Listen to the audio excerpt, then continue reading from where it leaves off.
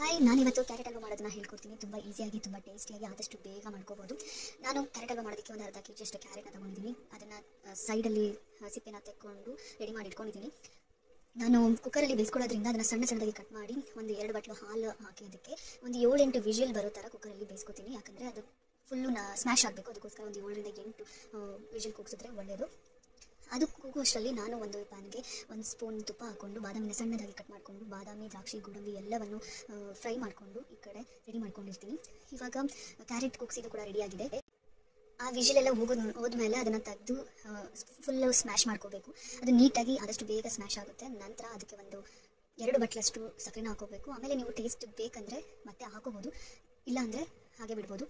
ಒಂದು 2 ಬಟ್ಲು ಸಕ್ಕರೆ ಹಾಕ್ಕೊಂಡು ಗ್ಯಾಸ್ ಸ್ಟವ್ ಮೇಲೆ ಇಟ್ಟು ಸಿಮ್ಮಲ್ಲೇ ಲೋ ಫ್ಲೇಮಲ್ಲಿ ಆದಷ್ಟು ಮಾಡಿ ಇಟ್ಕೊಂಡು ಅದಕ್ಕೆ ಒಂದು ಸ್ವಲ್ಪ ನೀರು ಬಿಡ್ತಾ ಇದ್ದಂಗೆ ನಾನು ಒಂದು ಬಟ್ಲಷ್ಟು ಕೋವನ ಕೂಡ ಹಾಕಿದ್ದೀನಿ. ಯಾಕಂದರೆ ತುಂಬ ಟೇಸ್ಟಿಯಾಗಿ ಇರುತ್ತೆ ಕೋವ ಹಾಕಿದ್ರೆ. ಸೊ ಬಟ್ಲಷ್ಟು ಕೋವನ ಹಾಕ್ಕೊಂಡು ಮಿಕ್ಸ್ ಮಾಡಿ ಒಂದು ಸ್ವಲ್ಪ ಕಾರ್ಡಮಮ್ ಪೌಡರ್ ಕೂಡ ಹಾಕೋಬೋದು. ಜೊತೆಗೆ ನಾನು ರೆಡಿ ಮಾಡಿದ್ದ ದ್ರಾಕ್ಷಿ, ಗೋಡಂಬಿ ಏನು ರೋಸ್ಟ್ ಮಾಡಿ ಇಟ್ಕೊಂಡಿದ್ದೆ ಅದನ್ನು ಕೂಡ ನಾನು ಇದಕ್ಕೆ ಮಿಕ್ಸ್ ಮಾಡಿ ಹಾಕೊಂಡಿದ್ದೀನಿ.